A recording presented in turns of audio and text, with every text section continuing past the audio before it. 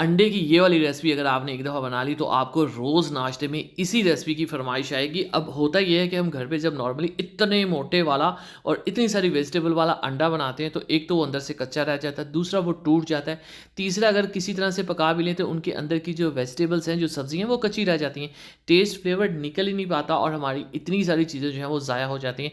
आज मैं आपको ऐसा टिप्स एंड ट्रिक्स बताऊँगा कि इतना मोटा, पिज़्ज़े से भी मोटा आपका जो है वो ऑमलेट तैयार होगा, वेजिटेबल भी सारी पकेंगी, ये जलेगा भी नहीं और इतनी ही खूबसूरती से आप इसको जब सर्व करेंगी तो सामने वाला इंशाल्लाह इसकी तारीफ़ भी करेगा। तो चलिए जी रेसिपी शुरू करते हैं। बिस्मिल्लाहिर्रहमानिर्रहीम। मैं हूँ जान सारी और आप देख रहे हैं जान सारी फूड सीक्रेट्स। 1/4 कप लेंगे कुकिंग ऑयल का और इसमें हम ऐड कर देंगे आलू। ये 1/4 आलू था दरमियाने साइज़ का और इसको मैंने बारीक-बारीक काट कर लिया था, ठीक है? कट कर लिया था और इसको आपने यहाँ पे अच्छे से पहले फ्राई कर लेना। आलू जो है ये थोड़ा-सा टाइम ले जाता है बाकी सब्जियों की निस्बत, ठीक है? तो इसलिए पहले हमने इसमें आलू ऐड कर देना है। इसकी कटिंग देख लें, साइज़ देख लें किस टाइप का हमने कट किया है।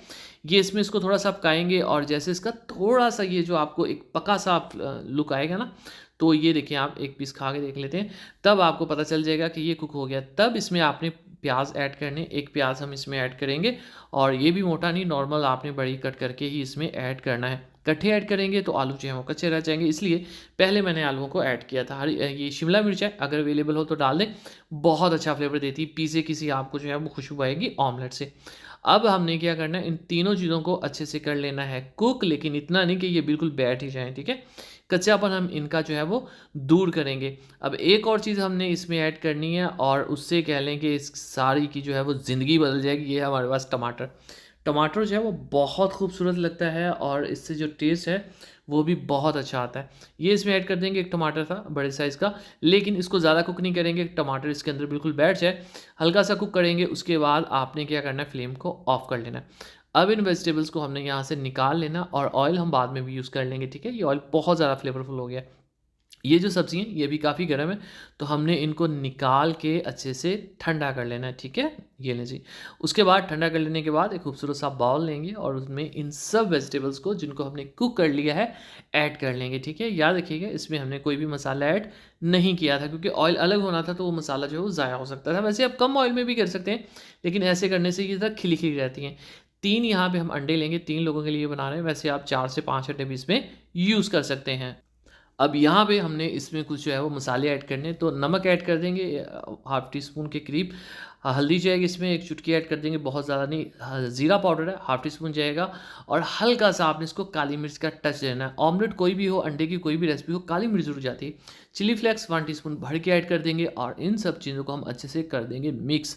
और यहाँ पे आपको इंशाल्लाह जो फ्लेवर मिलेगा, आपको समझ नहीं आएगी कि ये ऑमलेट ही है या कुछ और, क्योंकि वेजिटेबल को हमने जिस तरह से ट्रीट किया है, ये अब इसके अंदर जाके बहुत स्पेशल और नेक्स्ट लेवल का फ्लेवर देंगी।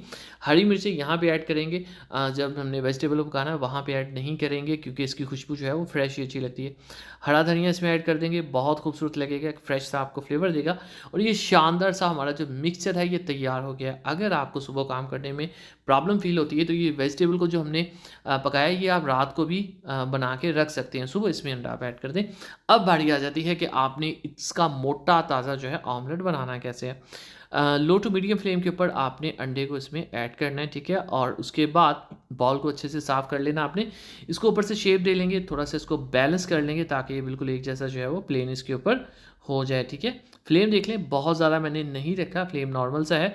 और उसके बाद आपने क्या करना है, इसके ऊपर आपने ढक्कन दे देना है, ठीक है? कोई भी ढक्कन दे लें जिससे अच्छे से कवर हो जाए, अंदर स्टीम बन जाए ताकि अच्छे से पक जाए। अब इसको आपने पलटना कब है? पलटना तब है जब आप चम्मच से ऐसे चेक कर लें कि ये नीचे से थोड़ा-सा स्ट्रॉन्ग हो चुका है, थोड़ी-सी इसकी बेस बन चुकी है।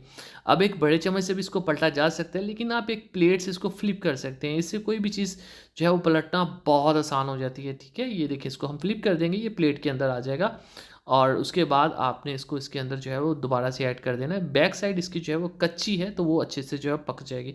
साफ़ कर देंगे, नीट एंड क्लीन कर देंगे। फिर आपको बताऊँ, हाई फ्लेम पे या मीडियम पे नहीं, लो फ्लेम के ऊपर आपने इसको आराम से कुक करना है। ये आहिस्ता-आहिस्ता से ना अंदर से जो है वो कंप्लीटली ड्राई होगा, कंप्लीटली कुक होगा और जलेगा भी नहीं। यहाँ पे इन केस अगर आपके पास जो चूल्हा है वो अच्छा नहीं है, फ्लेम बहुत कम या ज़्यादा कर देता है, तो बैलेंस करने के लिए आप नीचे तवा रख सकती हैं। इससे क्या होगा, जो हीट होगी वो बैलेंस हो जाएगी, ठीक है, और ऑमलेट जलेगा नहीं, ठीक हो गया। अब यहाँ पे आप चेक कर सकती हैं इसको नीचे से कि ये शानदार तरीके से कुक हो चुका है। अब हम इसको निकाल के काट के आपको खा के दिखाते हैं। चलिए जी, बिस्मिल्लाहिर्रहमानिर्रहीम। तो माशाअल्लाह अल्हम्दुलिल्लाह, देखें जी मेरे अल्लाह की शान, उसकी रहमतें नेमती और बरकत इस घर में। तो शानदार हमारा ऑमलेट जो है वो तैयार है, बहुत शानदार। पिज़्ज़ा से ये ज़्यादा आपको मज़ा देगा, उससे ज़्यादा खूबसूरत होगा। इसी तरह की ईज़ी एग ब्रेकफास्ट रेसिपीज़ के लिए हमारे चैनल के वीडियो सेक्शन में जाइए। इजाज़त सारी को दीजिए इजाज़त, अगली वीडियो तक, अल्लाह हाफ़िज़।